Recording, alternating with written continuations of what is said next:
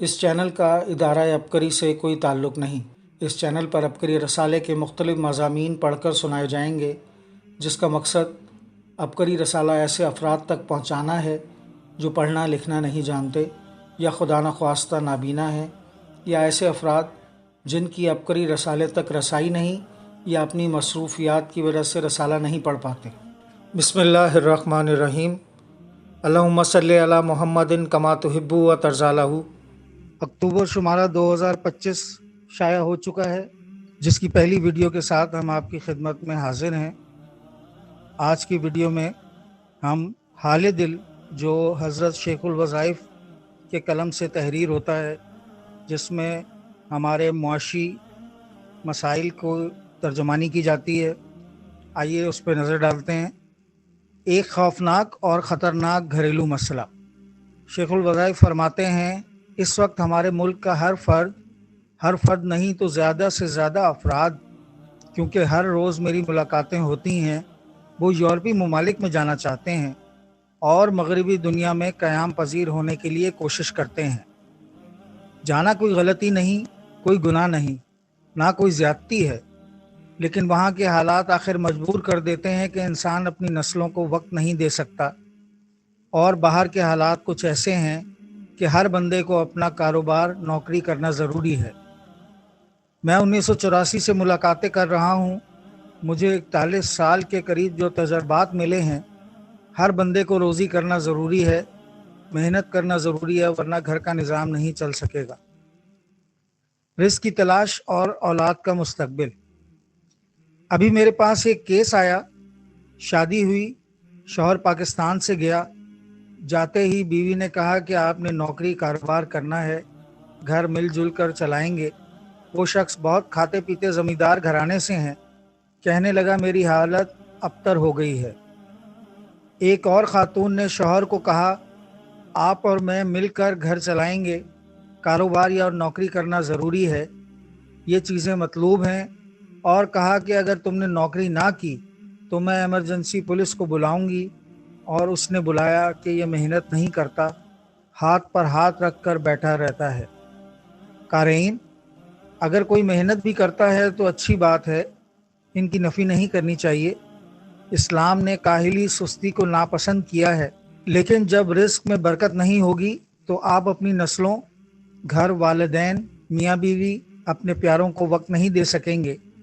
आपके आने का वक्त, औलाद के स्कूल या जॉब पर जाने का वक्त, आपके सोने का वक्त, बीवी या बच्चों के उठने और तालीम, स्कूल या नौकरी पर जाने का वक्त। मेरे पास वो वाक़यात हैं कि हफ्ते के बाद एक दूसरे का चेहरा देखते हैं और हफ्ते के बाद थोड़े वक्त के लिए मिल बैठते हैं और यूँ नस्लें अपने हाथों से निकल जाती हैं।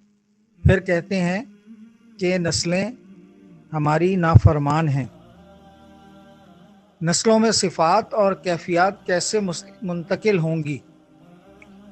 मगरबी माशरे का कसूर नहीं, हमें अपनी नस्लों को कितना वक्त देना है और उनको कैसे संभालना है और अपनी नस्लों के लिए कितनी मेहनत और जान मारनी है। याद रखें, कैफियत, सिफ़ात और दर्द दिल से दिल में मुंतकिल होता है। कंप्यूटर, ट्यूटर और किताब से वो चीज़ें मुंतकिल नहीं होती जो दिल से मुंतकिल होती हैं। इसके लिए दो चीज़ें चाहिए, वक्त और हौसला। आप पूछेंगे, हौसला से क्या मुराद है? आपको अपनी दोस्तियां छोड़नी होंगी, दोस्तों के कार्ड, दावतनामा उलट के रखने होंगे। आपको अपनी नस्लों को वक्त देना होगा। और फिर उम्र के इस हिस्से में आप ठंडी तार हैं और जवान गर्म तार हैं। गर्म ठंडी यानी पॉजिटिव नेगेटिव दोनों होंगे, बिजली पैदा होगी। अगर दोनों गर्म तारें हों और आपने जवानों की गर्मी का एहसास ना किया, दरगुजर ना किया, तो दोनों गर्म तारों से धमाका होगा। फिर बाप बेटा, औलाद दोनों एक दूसरे को ना देखेंगे, ना वक्त देंगे, ना बर्दाश्त करेंगे। यहाँ ज़्यादा कुर्बानी वालिदैन को देना होगी। इसलिए इस्लाम ने कहा है कि औलाद का एहतराम इकराम करो, और औलाद को कहा है वालिदैन को हद से ज़्यादा एहतराम और मोहब्बत दो, हत्ता के उफ तक ना कहो। नस्लों का किरदार आला। اور عظیم بنانے کے لیے۔ نسلوں کو سنبھالنا ہے۔ نسلیں کبھی لباس، گاڑیاں، گھر، برانڈ، باہر کے کھانوں سے نہیں بنیں گی۔ والدین کی محبت اور شفقت، مسلسل انہیں وقت دینا اور مسلسل انہیں قریب کرنے سے نسلیں بنیں گی، سنوریں گی، پھلیں پھولیں گی۔ اور اگر اپنی نسلوں کو ہم نے فراموش کر دیا تو پھر یہی نسلیں نہ ہماری قبروں پر آئیں گی، نہ ہمیں یاد کریں گی۔ میرے پاس واقعات ہی واقعات ہیں۔ میں نے ساری زندگی دکھ سنے ہیں، سکھ کم سنے ہیں، آنسو دیکھے ہیں، کہکے اور مسکراہٹیں نہیں دیکھیں۔ میرے پاس والدین کے دکھ زیادہ آتے ہیں۔ ایک میت کو غسل دینے والے نے واقعہ سنایا کہ مجھے فون آیا، گھر کی لوکیشن دی گئی، میں وہاں پہنچا تو گھر میں لائٹیں موسیقی اونچی آواز میں چل رہی تھی۔ میں پریشان ہوا کہ غلط جگہ پہنچا ہوں۔ گھر کی بڑی خاتون آئیں، کہنے لگیں سرونٹ کوارٹر کی طرف ہماری میت پڑی ہے، لے جاؤ۔ وہ گھر کے سربراہ والد تھے، وہ ابھی مرے نہیں تھے، لاوارث زندہ لاش پڑی تھی۔ میں نے کہا یہ تو مرے نہیں۔ کہا لے جاؤ، مرنے والے ہیں۔ میں نے زیادہ شش و پنج کیا تو کہنے لگیں کہ اس کو لے جاؤ ورنہ پولیس کو کال کروں گی کہ تم ہمارے گھر ڈاکہ ڈالنے آئے تھے، اور کہنے لگی ان کو کفنا جنازہ اور دفنا کر ہمیں بل بھیج دینا۔ آج ہمارے گھر بیٹے کی سالگرہ ہے، آخر مجبوراً اسے لے گئے، وہ صاحب مر گئے۔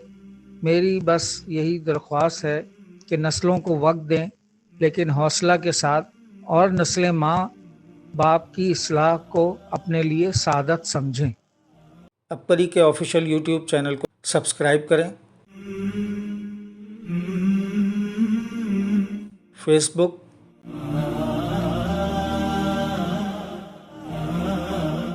ٹویٹر